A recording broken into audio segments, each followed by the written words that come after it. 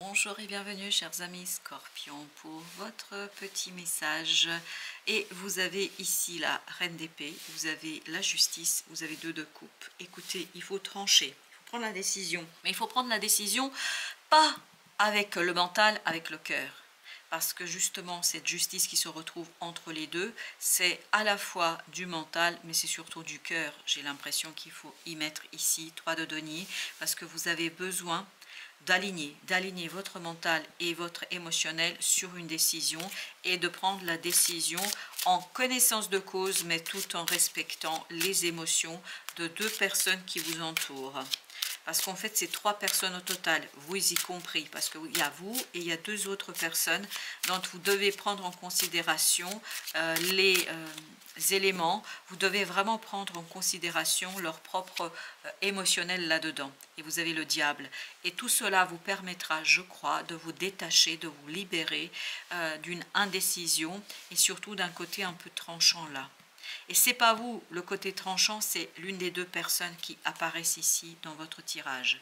La dame de bâton nous dit, vous allez devoir ici vraiment vivre quelque chose pleinement, entièrement, parce que c'est en vivant entièrement les choses que vous allez pouvoir aider aussi quelqu'un d'autre à se détacher.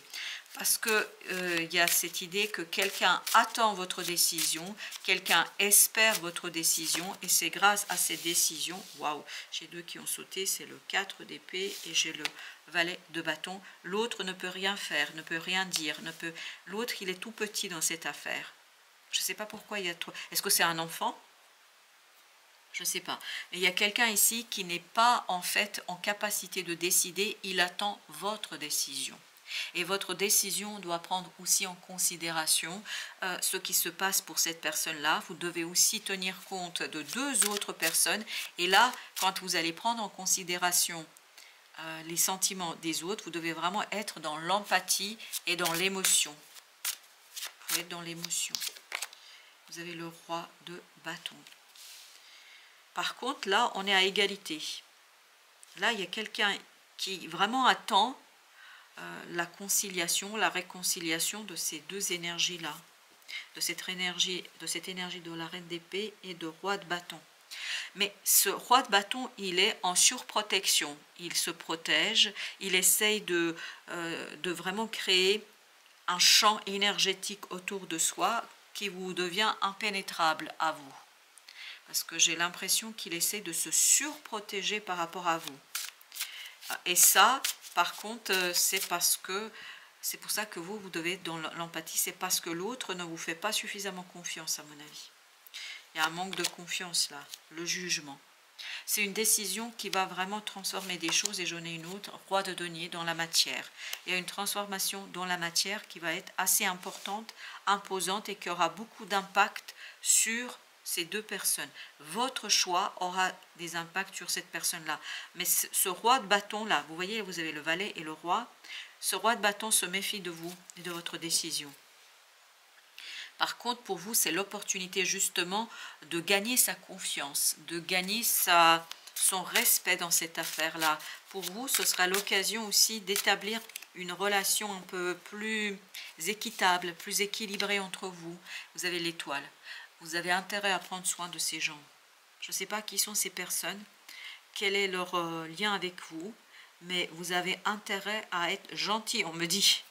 Ok, 8 de denier, et c'est un effort à faire, c'est un effort à fournir. Je pense qu'il vous faudra vraiment transfigurer quelque chose, dépasser quelque chose qui n'est pas si évident que ça. Parce que je n'ai pas l'impression que ce roi de bâton est à la hauteur de la situation. Et ça peut vous mettre en colère. Et ça peut vous faire plein de choses qui ne sont peut-être pas toujours dans l'intérêt, le vôtre d'abord, puis surtout de ce valet de bâton, pardon. Et le roi de bâton, il se méfie énormément de vous. Le chariot. En prenant soin de ces gens-là, vous allez impulser un changement radical. Vous allez changer les choses, le soleil, pour le mieux. Tout dépend de vous, là. Tout dépend de votre façon d'aborder la situation. Tout dépend de vous dans ce changement. Vous avez le chevalier de coupe. Il faut aller avec le cœur. Ne faut-il pas pardonner quelque chose à ce roi de bâton? Ne faut-il pas vous pardonner quelque chose? Il y a cette idée de pardon là qui est omniprésente avec ce chevalier de coupe. Le soleil, c'est seulement comme ça que vous allez sortir par le haut de cette situation-là. C'est comme ça que vous allez sortir, en fait, grandi vous-même de la situation. Parce qu'on sent que là, vous allez avoir besoin de vous libérer de cette énergie toxique qui est là. Chevalier de bâton, encore des bâtons là. Beaucoup d'instabilité entre vous et le roi de bâton. Beaucoup, beaucoup. Parce que le roi de bâton ne vous fait pas confiance. Je vous le dis très clairement, hein, ce n'est pas vous qui ne faites pas confiance, c'est lui qui ne vous fait pas confiance.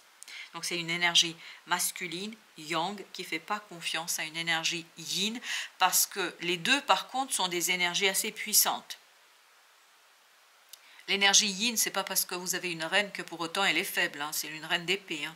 Elle est tranchante et peut parfois être même, j'ai le mot mauvaise, mais oui, ça peut être très très compliqué, 8 de denier. Et donc c'est un effort, il faut travailler la relation entre le roi de bâton et la reine d'épée pour que le valet de bâton puisse en fait vivre pleinement et ne pas trop être impacté par cette affaire. Alors entre le valet et le chevalier, qu'est-ce que nous avons?